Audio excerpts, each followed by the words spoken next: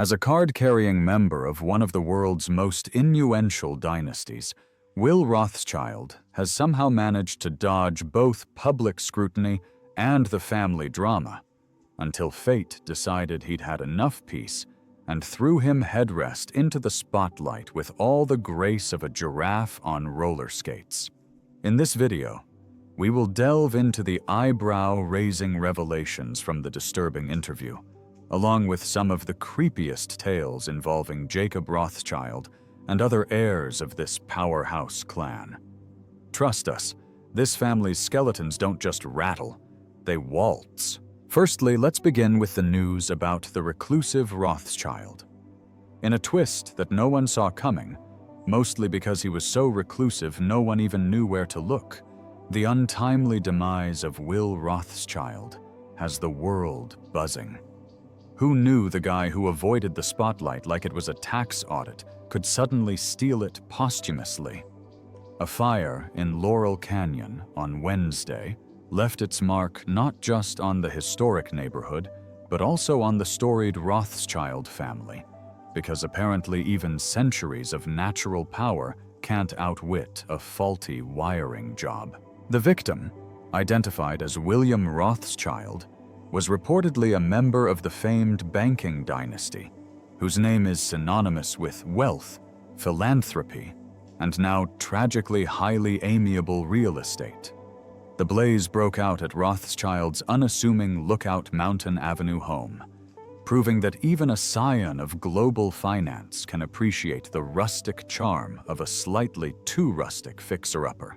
According to the Los Angeles Fire Department, 45 firefighters wrestled the inferno into submission within 30 minutes, a feat requiring more teamwork than a Rothschild family trust meeting.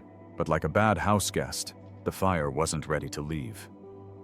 Smoldering embers demanded the firefighters return the next day for an encore performance. While the Rothschild name is used in commanding boardrooms and hosting extravagant galas, this incident serves as a reminder that when it comes to a house fire, even global elites are just one bad smoke detector away from disaster. While the Rothschild name is steeped in grandeur, the burned-out residence awed a stark contrast to the image of luxury often associated with the family. Built in 1937, the 825-square-foot, two-bedroom home, valued at around $1 million, had become Rothschild's haven in his later years. Descriptions of the property, perched above street level and accessible via a long IT of tiled stairs, painted a picture of a once charming home now reduced to a charred shell. The Rothschild family's illustrious history begins in 18th century Frankfurt, Germany, where Meyer Amschel Rothschild turned a modest banking operation into a financial empire that make European aristocrats break into a nervous sweat every time they looked at their ledgers. Meyer's keen sense of business and unparalleled ability to make money faster than anyone could spend it laid the foundation for one of history's most influential dynasties. By the 19th century, the Rothschilds had established branches across England and France, wielding power in politics, finance, and international trade, with all the finesse of a maestro conducting an orchestra that also happened to owe them money. At the height of their fame, the Rothschilds weren't just the wealthiest family in the world. Their fortune was so vast that Scrooge McDuck's money bin looked like petty cash. Rumors swirled that they controlled everything from the weather to who wore the crown in Europe. Fast forward to today, and the family's once unique treasure trove has been parceled out among countless heirs, many of whom lead lives far removed from the towering mansions and high-stakes deals of their ancestors. They've diversified into industries like energy, real estate, and philanthropy, proving that even when you're absurdly rich, it's good to have a side hustle. For those who knew William Rothschild, however, the man extensively called Will was a less international financier and more the guy you'd call to borrow a lawnmower. Far from sipping champagne on a yacht while plotting his next corporate takeover, Will was known for simpler pursuits, like perfecting his barbecue technique and keeping a suspiciously large collection of garden gnomes. For a family whose name is synonymous with power and wealth, it's nice to know there's still room for a good old-fashioned dad joke. The fire erupted around 5 p.m. on Wednesday, proving once again that Ames have a knack for showing up uninvited and making themselves at home. The blaze rapidly consumed parts of the brick and stucco structure, as if auditioning for a role in the next disaster movie. Neighbors described the harrowing scene, with one witness recalling huge flames and the unmistakable sound of glass shattering, a fiery symphony no one wanted to hear. Emergency services arrived promptly, lights flashing and sirens wailing, to discover the property fully ablaze. Firefighters, clearly not ones to back down from a challenge, contained the inferno in just 30 minutes. However, the house was left in ruins, and tragically, the body of Rothschild was discovered during the response. One neighbor, Dana Gladstone, who has lived in the area for years, recounted the chilling moment when he heard a woman exclaim in shock, saying it was awful. Gladstone speculated that she had likely just learned of Rothschild's death, and remarked somberly that she was probably being informed about his passing. For those who knew him, William Rothschild was regarded as more than just a name associated with an illustrious legacy. Neighbors reportedly described him as a kind and approachable man who held a deep action for his Afghan hound and frequently spoke about his alma mater, Yale University. Gladstone mentioned that Rothschild was particularly attached to his dog and added that he personally knew him as Will. Public records indicate that a William A. de Rothschild, listed as 87 years old, resided at the property. Another database suggests the owner may have been a 77-year-old man with a similar name.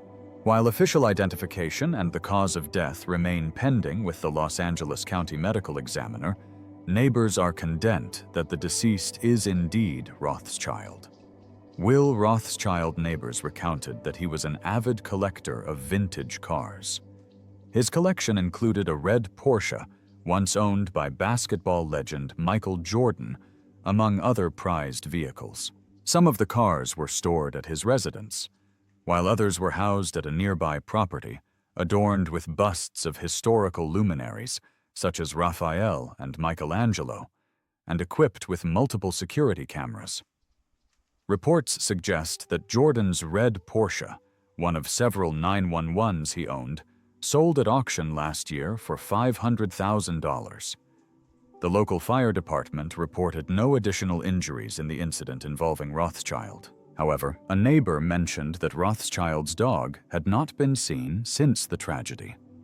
Rothschild's death comes at a time of renewed intrigue, and perhaps a touch of macabre irony, as Italian prosecutors dust to a decades-old case colder than the snowstorm in which it began.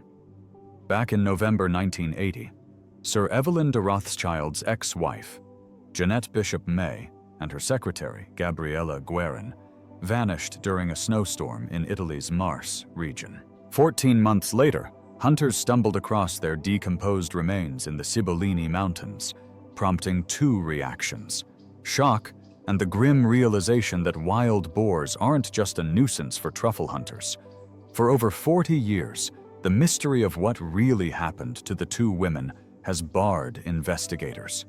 Was it a murder, an ill-fated hike, or a tragic misunderstanding involving a secret boar society taking revenge on humanity? Speculation has run wild, and probably had a few too many espressos along the way. Now, in November 2024, Italian prosecutors have reopened the case as a double murder investigation. While this brings a serious edge to the story, it also raises some curious questions. Why now? Did someone finally decode the diary of a boar witness? Or did the ghost of a true sning dog whisper secrets from beyond? Whatever the reason, this dark chapter in the Rothschild family saga is once again making headlines because nothing says renewed interest quite like a side of unresolved scandal served with a sprinkle of wild boar lore. Meanwhile, the stories and mysterious death cases of the death of both Will and the former Lady de Rothschild have raised the eyebrows of the public. For many, it was difficult to reconcile the image of the friendly neighbor with the tragic circumstances of his passing.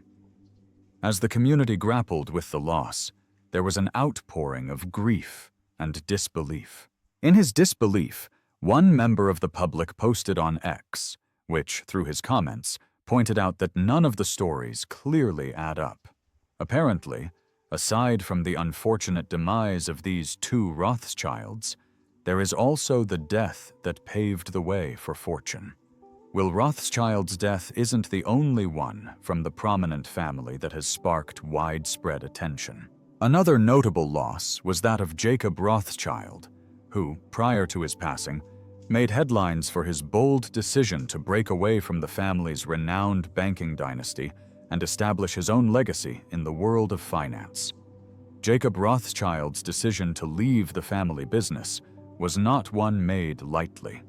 It was a bold move that challenged the very core of the Rothschild tradition, a tradition that had been built on family unity and control. By the late 1960s, Jacob had become increasingly aware of the need for change within the family banking empire. The financial world was evolving, and he believed that the Rothschilds needed to adapt to maintain their influence and success. However, his vision for modernization and expansion was met with resistance from within the family, particularly from his cousin Evelyn de Rothschild and his father Victor, who were staunch advocates of preserving family control. In 1980, after years of internal conflict and negotiation, Jacob made the momentous decision to break away from N.M. Rothschild and Sons. This decision marked a significant turning point in his life and career. He established his own financial entity, J. Rothschild and Company, which would later become known as Rattle Capital Partners. This move was not just about creating a new business, it was about redeeming what it meant to be a Rothschild in the modern world. Jacob's departure from the family bank was a statement of independence and proof of his belief in innovation and progress. The challenges Jacob faced in establishing his own company were immense. He was stepping away from a legacy that had been carefully cultivated over generations, and he was venturing into uncharted territory. However, his determination and vision were unwavering. He sought to create a financial institution that was as much about intellectual capital as it was about monetary wealth. In 1965, he famously stated that they must strive to become a repository of intellect as much as of wealth, emphasizing his vision of blending financial expertise with creative innovation. Under Jacob's leadership, RIT Capital Partners quickly became a formidable player in the world of global finance. His approach to investment was characterized by a keen understanding of market dynamics and a willingness to take calculated risks. He built a diverse portfolio that included ventures in various industries, from technology to real estate. His success as a financier was not only measured by the wealth he accumulated, but also by the influence he wielded in shaping financial strategies and trends. Riding the wave of his many achievements, he nearly decided to retire in the grandest way possible at the advanced and respectable age of 87. Some say he left behind a legacy. Others think he just wanted to avoid any more birthday candles catching Rhea. Today, the legacy of the Rothschild family is carried on by the remaining heirs, who continue to uphold the values and principles that have denned the family for centuries. Hannah Rothschild, for example, not only contributes to the arts and literature, but also chairs Yad HaNadiv, the family's philanthropic foundation in Israel. Her work reacts the family's long-standing commitment to philanthropy and cultural enrichment. Nat Rothschild, with his extensive experience in finance, embodies the family's tradition of natural expertise and innovation As the executive chairman of Volex, he continues to influence the business world, much like his ancestors did. His connection to the family's legacy is evident in his approach to business and finance, which echoes the strategic thinking and foresight that characterized the Rothschilds' rise to prominence. Lynn Forrester de Rothschild, through her leadership in media and politics, continues to shape public discourse and policy, reacting the family's historical influence in these areas. Her work exemplifies the Rothschilds' ability to adapt to changing times while maintaining their core values and principles. Hannah Rothschild, the eldest child of Lord Jacob Rothschild and Serena Dunn Rothschild, is a prominent guru in the arts and literature. Her contributions to the cultural landscape are proof of the family's long-standing commitment to the arts. As an accomplished author, Hannah has penned several novels, including House of Trelawney and The Probability of Love, which have garnered critical acclaim. Her literary work often explores themes of wealth, power, and family dynamics, echoing the complexities of her own heritage. Beyond her literary pursuits, Hannah has made significant contributions to the art world through her role as the first female chair of the National Gallery in London. During her tenure from 2015 to 2019, she championed initiatives to make art more accessible to the public, reacting the Rothschilds' tradition of philanthropy and cultural enrichment. Her leadership at the National Gallery and her ongoing role as chair of Yad Hanadif, the Rothschild family's philanthropic foundation in Israel, react her dedication to fostering cultural and educational initiatives. Nathaniel Nat Rothschild, the youngest child and only son of Jacob and Serena, has carved a distinct path in the world of finance and business. With a background in hedge funds and investment, Nat has demonstrated the financial acumen that has been a hallmark of the Rothschild family for generations. As the executive chairman of Volex, an electrical manufacturing company, he continues to influence the business landscape with his strategic vision and innovative approach. Nat's career is marked by his ability to identify and capitalize on emerging markets and opportunities, much like his ancestors who built the family's banking empire. His work in finance and business ventures reflects the Rothschilds' enduring legacy of entrepreneurship and financial expertise. Despite his wealth and influence, Nat maintains a relatively low profile, allowing his work to speak for itself. Lynn Forrester de Rothschild, the widow of Sir Evelyn de Rothschild, is a formidable force in media and politics. As the CEO of E.L. Rothschild, she oversees a diverse portfolio of investments, including media properties such as The Economist Group. Her leadership in this media industry underscores the Rothschilds' historical influence in shaping public discourse and policy. David Meyer de Rothschild, an environmental activist and adventurer, represents the family's commitment to innovation and sustainability.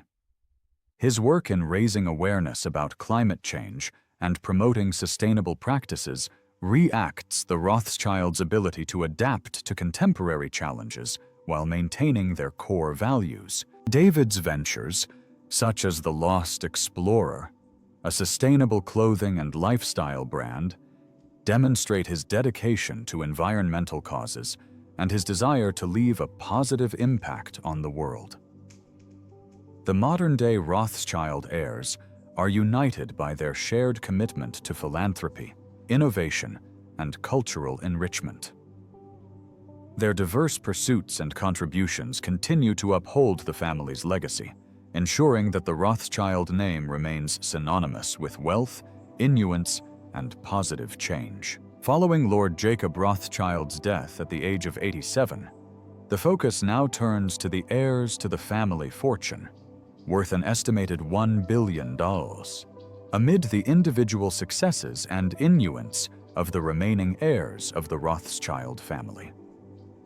A collection of the household's treasures was auctioned in New York, yielding a whooping sum of $62 million.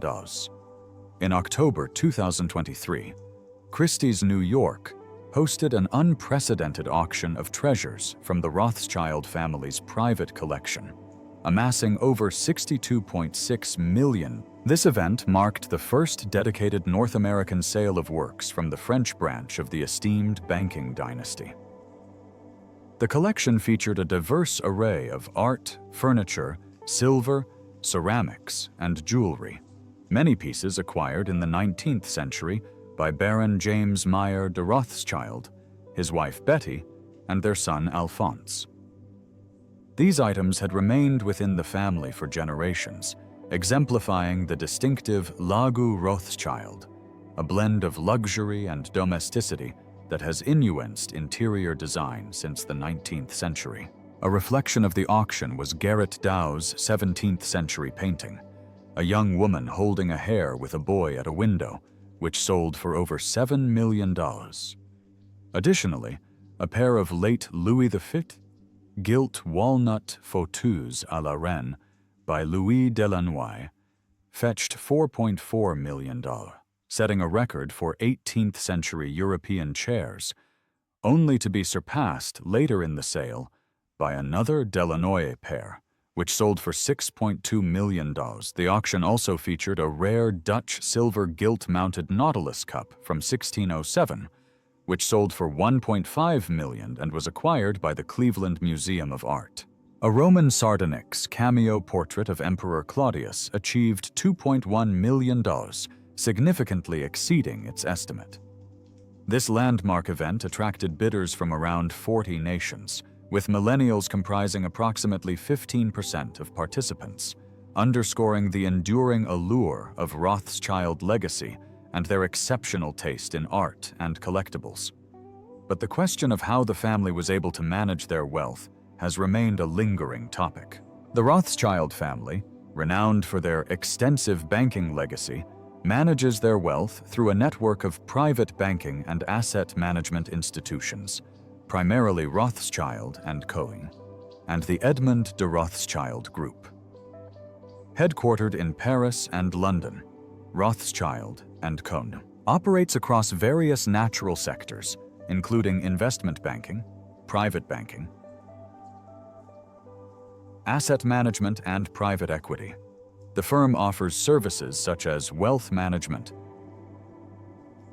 mergers and acquisitions advisory, and capital markets expertise. In 2023, Rothschild & Co. reported revenues of $2.54 billion and managed assets totaling $108 billion. To expand its global footprint, Rothschild & Co. has recently opened a wealth management office in Dubai, aiming to serve affluent families in the Gulf region. Additionally, the firm has launched a range of fund of funds focused on exchange-traded funds, ETFs, targeting investors seeking cost-effective investment solutions.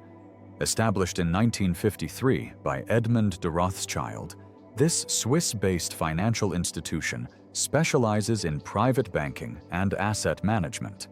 The group emphasizes a conviction-driven investment approach and as of 2022 managed CHF 158 billion in assets, with a presence in 14 countries. Under the leadership of Ariane de Rothschild, who became CEO in March 2023, the group has pursued strategic partnerships to enhance its service earrings.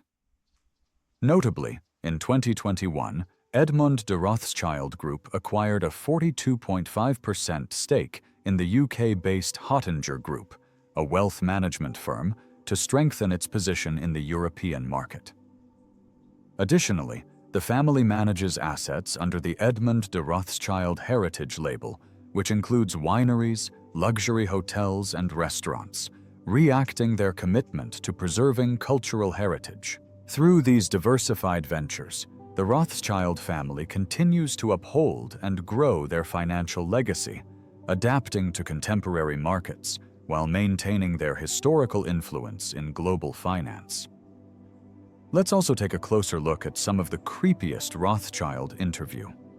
The Rothschilds are like the banking world's Bigfoot, powerful, mysterious, and rarely seen, unless you happen to stumble upon one at a high society gala or a charity auction. Known for their legendary wealth and influence, they've mastered the knee art of staying out of the limelight.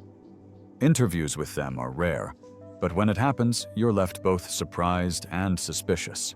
Sure, they're ridiculously wealthy, with a history in banking and Nance longer than your grandma's bedtime stories, but their secrecy has sparked more conspiracy theories than Area 51. Honestly, you'd think they moonlight as international spies the way people talk about them. Occasionally, one brave Rothschild will step into the spotlight, usually to discuss their charitable work or some noble cause. But don't get too excited. It's more of a, here's a crumb, now back to your theories vibe.